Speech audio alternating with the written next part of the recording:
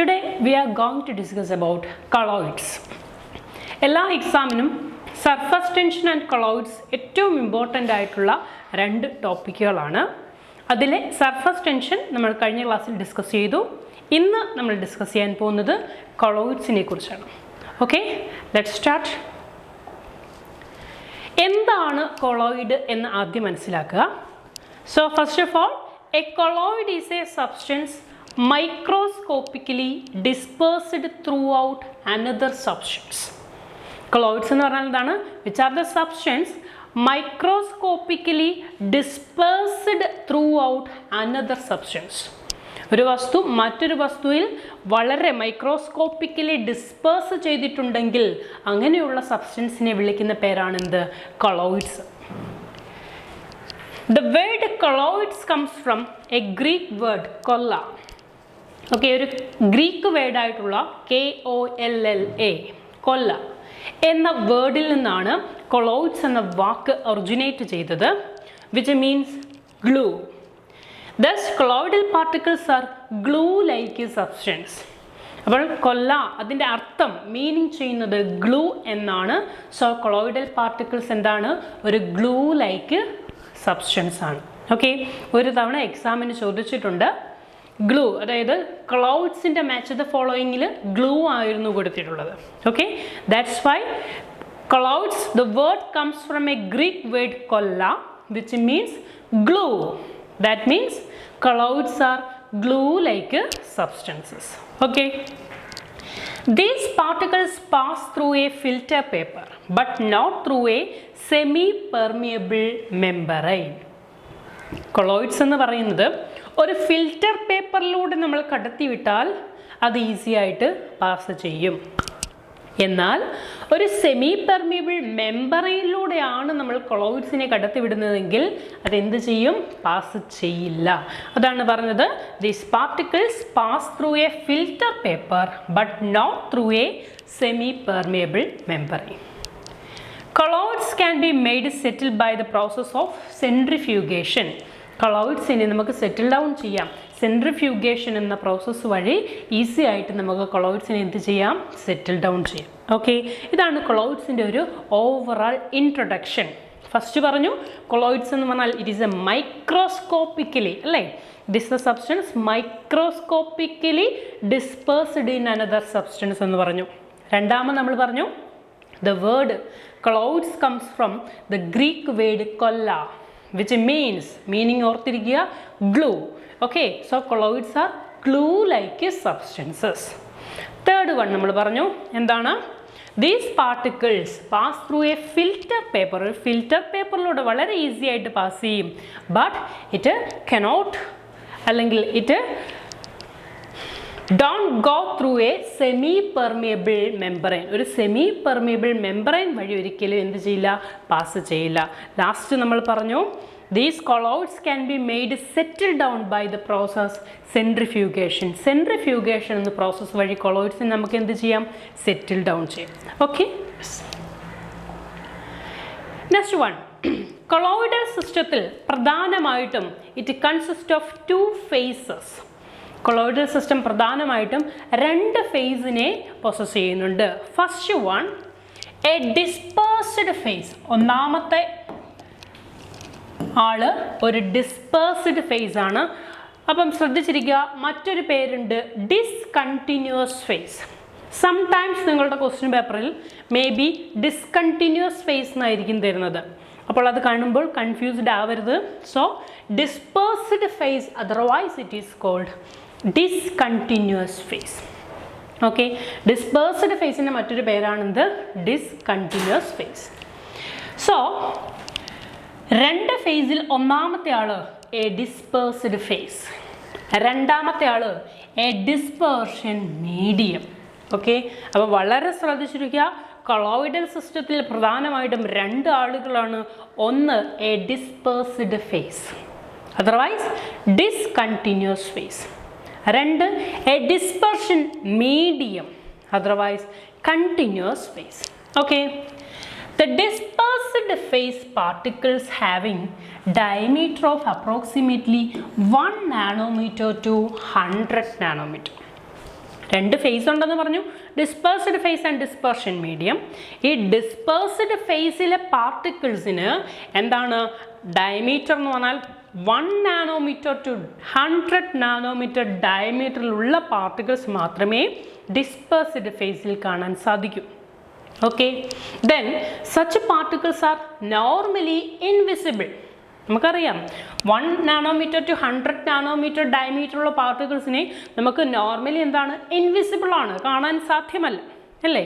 But though their presence can be confirmed with the use of an ultra microscope or an electron microscope.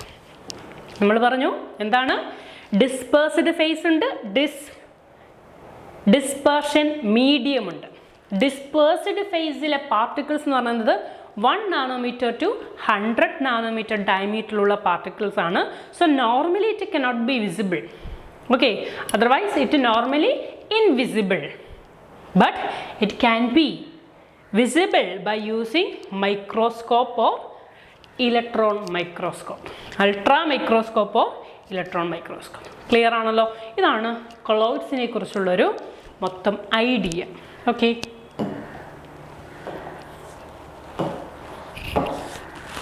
Next one, formation of colloidal solution.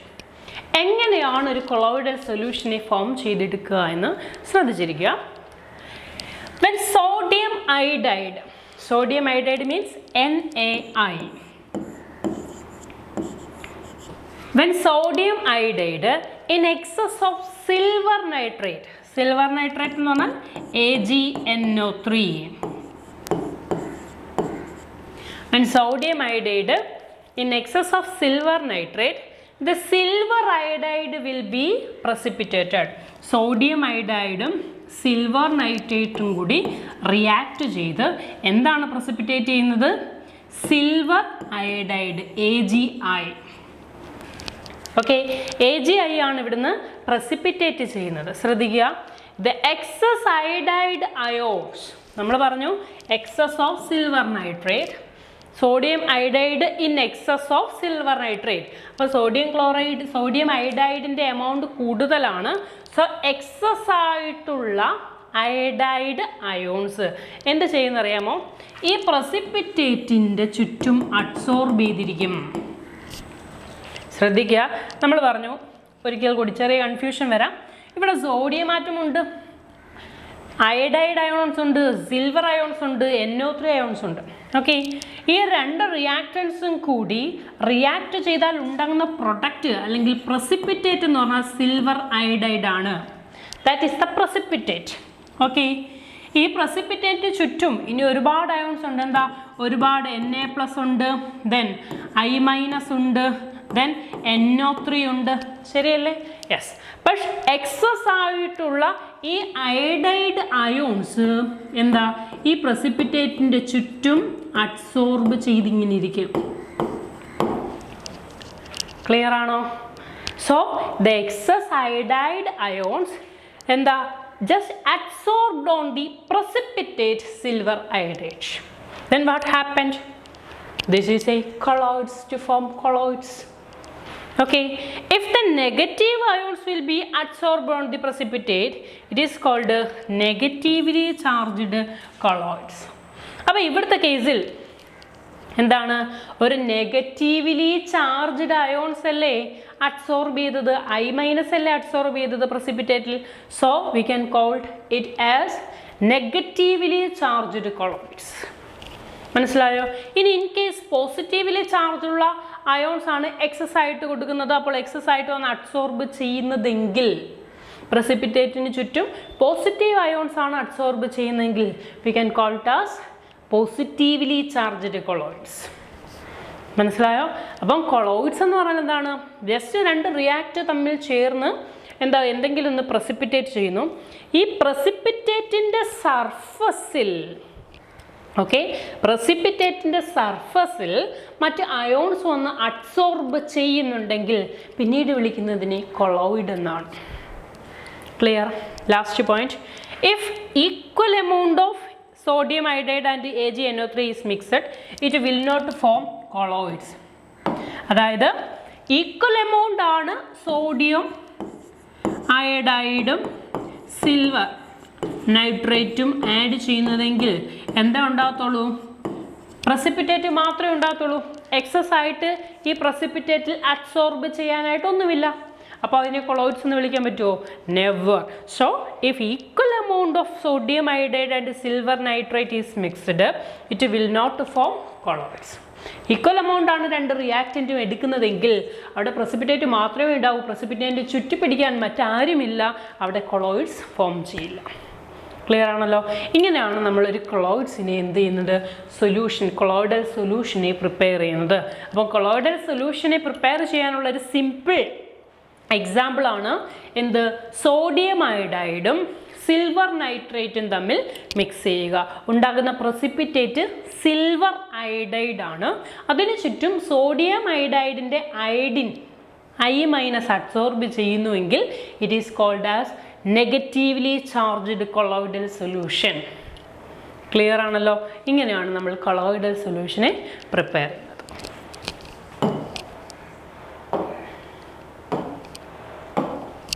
Next one, depending on the size of the particles. പ്രധാനമായിട്ടും 3 തരത്തിൽ classify ചെയ്യാം. ഓരോ മോളിക്യൂൾസിൻ്റെ അല്ലെങ്കിൽ പാർട്ടിക്കിൾസിൻ്റെ size അനുസരിച്ച് പ്രധാനമായിട്ട് സബ്സ്റ്റൻസിനെ 3ആയിട്ട് classify ചെയ്യാം. Number 1 true solution. Number 1 എന്താണ്? True solution. എൻ്റെ കൂടെ പഠിച്ചു പോകുക. Depending on the size of the particle we can classify into 3. First one true solution. Okay. Second one colloidal solution. True solution. Second one colloidal solution. Third one suspension. Okay ആണല്ലോ? ഇങ്ങനെ 3ആയിട്ടാണ് നമ്മൾ classify ചെയ്യുന്നത്. 1 true solution, 2 colloidal solution, 3 suspension. നോക്കാം, ഓരോന്നിൻ്റെയും പ്രത്യേകതകൾ പഠിക്കാം. First one true solution. ഒന്നാമത്തെ ആളെക്കുറിച്ച് പഠിക്കാം. It is true solution. ശ്രദ്ധിക്കുക. It is made up of particles or solute and solvent. അറിയാലോ, ട്രൂ സൊല്യൂഷൻ എന്ന് പറഞ്ഞാൽ ഒന്നുകിൽ പാർട്ടിക്കിൾസ് കൊണ്ട് അല്ലെങ്കിൽ സൊല്യൂട്ടും സോൾവെൻറ്റും കൂടി ചേർന്നാണ് എന്തുണ്ടാകുന്നത്? ട്രൂ സൊല്യൂഷൻ ഉണ്ടാകുന്നത്. The solvent part of the solution is usually A liquid but can B A gas. എന്താ സോൾവെൻ്റ് ആയിട്ട് നമുക്കറിയാം, സൊല്യൂട്ട് ഉണ്ട്, സോൾവെൻ്റ് ഉണ്ട്. അപ്പോൾ എന്താണ് സൊല്യൂട്ട്, എന്താണ് സോൾവെൻ്റ് എന്നൊക്കെ വളരെ കൃത്യമായിട്ട് നമ്മൾ കുഞ്ഞു ക്ലാസ്സുകളിൽ പഠിച്ചതാണ്. എങ്കിൽ പോലും നിങ്ങളുടെ അറിവിലേക്ക് പറയുന്നു. സൊല്യൂട്ട്, സോൾവെൻ്റ് അല്ലെങ്കിൽ ലീനം, ലായകം എന്ന് പറയും. ഓക്കെ, ലീനം, ലായകം, ലായനി. Solute, solvent, solution. സൊല്യൂട്ട് എന്ന് പറഞ്ഞാൽ നമ്മൾ ലെസ് എമൗണ്ടിൽ എന്തെടുക്കുന്നു അതാണ് സൊല്യൂട്ട്. മോർ എമൗണ്ടിൽ എന്തെടുക്കുന്നു അതാണ് സോൾവെൻറ്റ്. രണ്ടും കൂടി മിക്സ് ചെയ്തുണ്ടാകുന്നതാണ് സൊല്യൂഷൻ. ഓക്കെ, ലെസ് എമൗണ്ടിൽ എടുക്കുന്നത് ലീനം, മോർ എമൗണ്ടിൽ എടുക്കുന്നത് ലായകം. ലീനവും ലായകവും കൂടി ലയിച്ചു ചേർന്നതിനെ ലായനി എന്ന് വിളിക്കുന്നു. ഓക്കെ, ഒരു സിമ്പിൾ എക്സാമ്പിൾ, സോൾട്ട് വാട്ടർ, ഉപ്പുവെള്ളം. ഓക്കെ, ഒരു ഗ്ലാസ് ഓഫ് വാട്ടറിൽ നമ്മൾ 1 സ്പൂൺ ഉപ്പിട്ട് നന്നായിട്ട് ഷേക്ക് ചെയ്തു. അപ്പോൾ ഏറ്റവും കൂടുതൽ എമൗണ്ടിൽ എടുത്തത് 1 ഗ്ലാസ് ഓഫ് വാട്ടർ ആണല്ലേ. So that is the solvent. Less എമൗണ്ടിൽ എടുത്തത് 1 സ്പൂൺ സോൾട്ട് ആണ്. That is the salt. That is the solute. രണ്ടും കൂടെ മിക്സ് ചെയ്താൽ ഉണ്ടാകുന്നതാണ് എന്ത്? സൊല്യൂഷൻ. അറിയാവുന്ന കാര്യം. Okay, so come to the point. The particles, the solvent part of the solution usually liquid or can be gas. എന്താ സാധാരണഗതിയിൽ സോൾവെൻ്റ് ആയിട്ട് ഉപയോഗിക്കുന്നത് ഒന്നുകിൽ ലിക്വിഡ് എടുക്കാം അല്ലെങ്കിൽ എന്തെടുക്കാം? ഗ്യാസ് എടുക്കാം. The particles are atoms, ions or molecules that are very small in diameter. എന്തൊക്കെ പറഞ്ഞാലും ഇതിൽ ആറ്റങ്ങൾ എന്ന് പറഞ്ഞതിൽ പാർട്ടിക്കിൾസ് എന്ന് പറയുന്നത് ആറ്റം ആകാം, അയോൺസ് ആവാം, അല്ലെങ്കിൽ മോളിക്യൂൾസ് ആവാം. എന്തായാലും അതെല്ലാം സ്മോൾ ഇൻ ഡയമീറ്റർ ആയിരിക്കും. അവയുടെ വ്യാസം എന്ന് പറഞ്ഞാൽ വളരെ ചെറുതായിരിക്കും, വളരെ കുഞ്ഞു മൈന്യൂട്ടായിട്ടുള്ള പാർട്ടിക്കിൾസ് ആയിരിക്കും. ആറ്റം ആയാലും അയോൺസ് ആയാലും മോളിക്യൂൾസ് ആയാലും. ലാസ്റ്റ് എക്സാമ്പിൾ പറയുന്നു, salt dissolve in water. Okay, ഒരു ട്രൂ സൊല്യൂഷൻ എക്സാമ്പിൾ പറയാൻ പറഞ്ഞാൽ നമുക്ക് പറയാം സോൾട്ട് വാട്ടർ, ഉപ്പ് വെള്ളം, ഉപ്പ് ലായനി. Then NaCl dissolve in water. Same. Okay ആണെങ്കിൽ അല്ലെങ്കിൽ ഷുഗർ സൊല്യൂഷൻ. ഇതെല്ലാം എന്താണ്? ട്രൂ സൊല്യൂഷനിൽ വരുന്നതാണ്. ക്ലിയർ ആണല്ലോ? So first one, depending on the size of the particle the substance can be classified into 3. First one true solution, second one colloidal solution, and third one suspension. അതിൽ ആദ്യത്തെയാണ് true solution. True സൊല്യൂഷൻ്റെ കേസുകളാണ് പറഞ്ഞത്. Okay, clear ആണല്ലോ? Yes. ഇതിൻ്റെ size comparison നമുക്ക് recent ആയിട്ട് പറയാം. First ഒരു overall idea മാത്രം. Second one colloidal solution. രണ്ടാമത്തെ പറഞ്ഞു കൊളോയിഡൽ സൊല്യൂഷൻ. ശ്രദ്ധിക്കുക, has particles that are not as small as true solution and not large as a suspension. എന്താണ് കൊളോയിഡൽ സൈസിൻ്റെ, കൊളോയിഡൽ സൊല്യൂഷൻ്റെ പാർട്ടിക്കിൾസിൻ്റെ സൈസ് എന്ന് പറയുന്നത് ട്രൂ സൊല്യൂഷനേക്കാൾ ചെറുതല്ല. ഓക്കെ, എന്നാൽ സസ്പെൻഷൻ്റെ അത്രയും വലുതുമല്ല എന്നാണ് പറഞ്ഞിരിക്കുന്നത്. So we can concluded that the colloidal solution particles അല്ലെങ്കിൽ it is an intermediate between true solution and suspension. colloidal solution particlesന്റെ സൈസ് എന്ന് പറയുന്നത് ഇന്റർമീഡിയറ്റ് ആണ്, സസ്പെൻഷനേക്കാൾ ചെറുതാണ്, ട്രൂ സൊല്യൂഷനേക്കാൾ വലുതാണ്. സോ ഇത് intermediate between true solution and suspension. Okay, so അതാണ് പറഞ്ഞിരിക്കുന്നത്. Has particles that are not as small as true solution and not large as suspension. Next one, the particles are intermediate in size. പറഞ്ഞല്ലോ, രണ്ടിൻ്റെ intermediate ആണ്. Example, milk is an emulsified colloid of liquid butter fats globules dispersed within a water based liquid. അപ്പോൾ എന്താ colloidal solution ഒരു simple example ആണ്. Milk എന്ന് പറയുന്നത് it is an emulsified colloid of liquid butter fats globules dispersed with water based liquid. അപ്പോൾ milk എന്ന് പറഞ്ഞാൽ മതി, അല്ലെങ്കിൽ milk is an emulsified colloids. Okay, simple കൊളോയിഡിൻ്റെ എക്സാമ്പിൾ പറഞ്ഞാൽ ഈസി ആയിട്ട് നമുക്ക് പറയാം മിൽക്ക് ഒരു കൊളോയിഡാണ്. കൊളോയിഡ് തന്നെ ഒരുപാട് ക്ലാസിഫിക്കേഷൻ ഉണ്ട്, അതിലെവിടെ വരുമെന്ന് നമുക്കിനി പഠിക്കാം. So first of all colloidal solution is a simple example, it is a milk. Okay, size of the colloidal solution എന്ന് പറഞ്ഞാൽ, അല്ലെങ്കിൽ പാർട്ടിക്കിൾസ് എന്ന് പറഞ്ഞാൽ intermediate between true solution and suspension. Okay ആണല്ലോ? So that is colloidal solution. അപ്പോൾ ഒന്നാമത്തെ true solution കഴിഞ്ഞു, രണ്ടാമത്തെ കൊളോയിഡൽ സൊല്യൂഷൻ കഴിഞ്ഞു, മൂന്നാമത്താണ് എന്ത്? സസ്പെൻഷൻ. മൂന്നാമത്തെ എന്താണ്? സസ്പെൻഷൻ. നോക്കാം. Made up of particles and a solvent, its particles are larger than those found in a solution. True solution particlesനേക്കാൾ ഒരുപാട് വലിയ കണങ്ങൾ അല്ലെങ്കിൽ വലിയ പാർട്ടിക്കിൾസ് ഉള്ളതാണ് എന്ത്? സസ്പെൻഷൻ ആണല്ലോ. The particles in a suspension can be distributed throughout the suspension evenly by shaking the mixture. എന്താ, ആ മിക്സ്ചർ നന്നായിട്ടൊന്ന് ഷേക്ക് ചെയ്യുവാണെങ്കിൽ എന്ത് സാധിക്കും? ആ സസ്പെൻഷനിലെ പാർട്ടിക്കിൾസ് എല്ലായിടത്തും ത്രൂ ഔട്ട് ഡിസ്ട്രിബ്യൂട്ട് ചെയ്യുന്നതായിട്ട് കാണാം. ഓക്കെ, ദെൻ എക്സാമ്പിൾ ഫ്ലോർ, സാധാരണ ഉപയോഗിക്കുന്ന ഫ്ലോർ എന്ന് പറയാം. അപ്പോൾ ശ്രദ്ധിക്കുക, ഈ കൊളോയിഡൽ സൊല്യൂഷൻ്റെ സസ്പെൻഷൻ്റെ ഈ ഡെഫിനിഷനുകൾ അല്ലെങ്കിൽ ഈ പോയിന്റുകൾ എന്തിനാണ് തന്നതെന്ന് ചോദിച്ചാൽ, പലതവണ എക്സാമിന് എന്താ കൊളോയിഡൽ സൊല്യൂഷനെ എഫക്റ്റ് ചെയ്യുന്ന ഫാക്ടേഴ്സ് അല്ലെങ്കിൽ കൊളോയിഡൽ സൊല്യൂഷനുമായിട്ട് റിലേറ്റ് ചെയ്തിട്ടുള്ള പോയിന്റുകൾ, അതിനകത്ത് ഈവൻ സസ്പെൻഷൻ്റെയോ ട്രൂ സൊല്യൂഷൻ്റെ ഏതെങ്കിലും ഒരു പോയിന്റ്, അഡീഷണൽ ഒരു പോയിന്റ് തരും. അതായിരിക്കും ഓഡ് വൺ ഔട്ട് എന്ന് പറയുന്നത്. സോ അതിനു വേണ്ടിയാണ് ഈ പോയിന്റുകൾ എക്സാമ്പിൾ തന്നിരിക്കുന്നത്. ക്ലിയർ ആണല്ലോ? അപ്പം മൂന്നായിട്ട് ക്ലാസിഫൈ ചെയ്തു: true solution, colloidal solution and suspension. Clear ആണല്ലോ? യെസ്.